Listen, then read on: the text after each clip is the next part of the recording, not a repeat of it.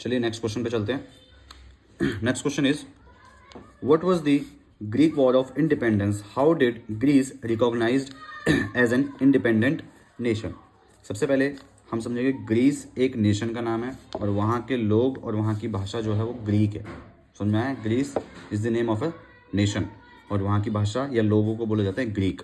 ठीक है, चलिए अब क्वेश्चन ये कह रहा है कि ग्रीक वॉर ऑफ इंडिपेंडेंस क्या था और कैसे ग्रीस जो है वो एक इंडिपेंडेंट नेशन रिकॉग्नाइज्ड हुआ या जाना गया या पहचाना गया।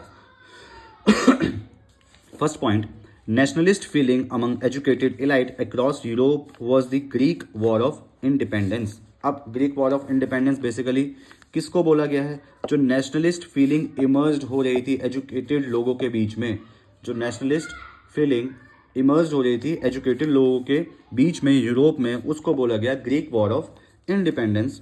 Greece had been part of Ottoman Empire since 15th century। अब ग्रीस क्या था?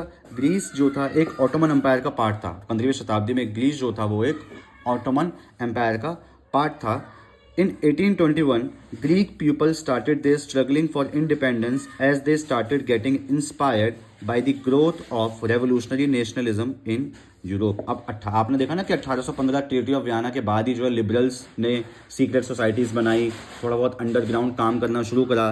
तो 1815 के बाद 1821 तक जो है ग्रीक के जो ग्रीस के जो लोग थे, ग्रीक पीपल, उन्होंने जो है वो इंस्पायर्ड होने लग गए, इन सब एक्टिविटीज़ से वो इंस्पायर्ड होने लग गए और रेवोल्यूशनरी, अब उन्होंने एक रेवोल्यूशन स्टार्ट कर दिया ताकि वो एक इंडिपेंडेंट कंट्री जो है वो बन सकें। Fourth point, the nationalist those who were struggling for the independence of Greece also got support from other Greek people who were living in exile.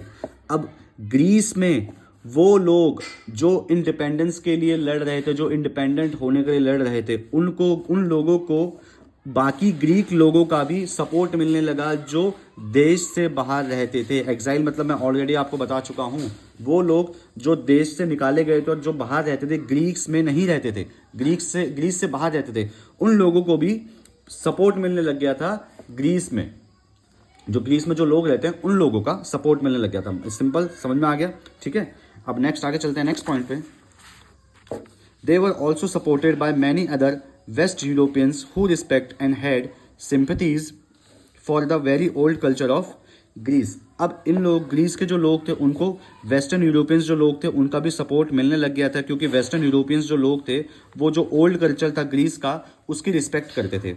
और next point, many poets and artist praised Greece through their poems and arts as they believed that Greece represent European civilization। बहुत सारे poets ऐसे थे या artist लोग ऐसे थे, मतलब पेंटर्स वगैरह ऐसे थे जो ग्रीस के बारे में तारीफ कर रहे थे, प्रेज कर रहे थे through their poems and arts.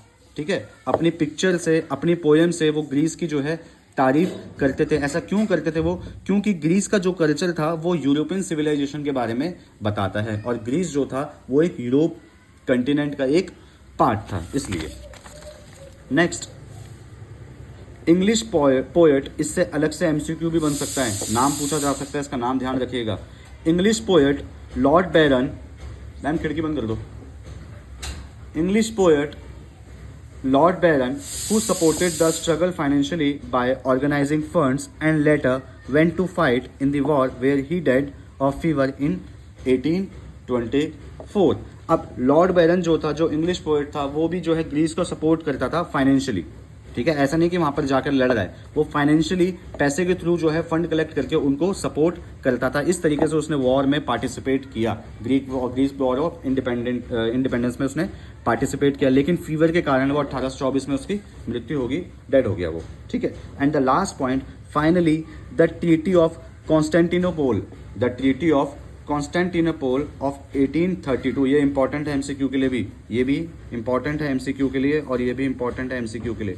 The treaty of Constantinople 1832 granted independence Greece as a nation. Finally ये जब ट्रीटी होती है 1832 में, जब कॉन्स्टेंटिनोपोल ट्रीटी होती है, देन उस ट्रीटी में ग्रीस जो है वो एक नेशन के रूप में उसको इंडिपेंडेंट घोषित कर लिया जाता है। चलिए रिवीजन करते हैं दोबारा last time. Greek war of independence किसको बोला गया, नेशनलिस्ट फीलिंग को बोला गया है Greek war of independence. Second point था कि ग्रीस जो था वो 15th सेंचुरी में ओटोमन एम्पायर का जो था पार्ट था। 1821 में जो है जो ग्रीक पीपल थे वो इंस्पायर्ड हो रहे थे, जो अलग अलग रेवोल्यूशनरीज एक्टिविटीज़ हो रही थी, नेशनलिज्म एक्टिविटीज़ हो रही थी यूरोप में, उसको देखकर 1821 में ग्रीक लोग इंस्पायर्ड हो रहे थे। अब जो नेशनलिस्ट लोग थे, ग्रीस के जो नेशनलिस्ट लोग थे, उनको सपोर्ट मिल रहा था ग्रीक लोगों का ही, जो ग्रीस में नहीं रहते थे, देश से बाहर रहते थे, उनका सपोर्ट उनको मिल रहा था। और वेस्टर्न यूरोपियन लोग भी जो थे वो ग्रीस लोगों का सपोर्ट कर रहे थे, उनकी सिंपैथीज और रिस्पेक्ट उनके साथ थी, क्योंकि वो उनके कल्चर की, पुराने कल्चर की रिस्पेक्ट करते थे। बहुत सारे वेस्टर्न यूरोपियन या यूरोप के जो पोएट्स थे और या जो आर्टिस्ट थे वो भी जो थे ग्रीस के लोगों को, ग्रीस का लोगों की रिस्पेक्ट करते थे। उनका मानना था कि जो ग्रीस का जो कल्चर है वो एक रिप्रेजेंट करता है यूरोपियन सिविलाइजेशन को, इसलिए वो अपनी पोएम्स में और आर्ट में जो है उनके बारे में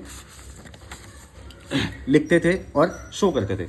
नेक्स्ट पॉइंट, इंग्लिश पोएट जो था लॉर्ड बैरन, उसने भी जो है ग्रीस के इंडिपेंडेंसी में जो है अपना पार्टिसिपेशन दिया थ्रू फाइनेंशियली, लेकिन 1824 में उसकी फीवर के कारण जो है वो डेथ हो गई। एंड देन फाइनली 1832 में ट्रीटी ऑफ कॉन्स्टेंटिनोपल में जो है ये डिसाइड कर लिया गया कि ग्रीस एक नेशन रहेगा। ठीक है, सिर्फ इतना सा ही है, स्टोरी की लय में इसको पढ़ें, समझें और एग्जाम में आ सकता है तो उसको अच्छी तरीके से लिखें।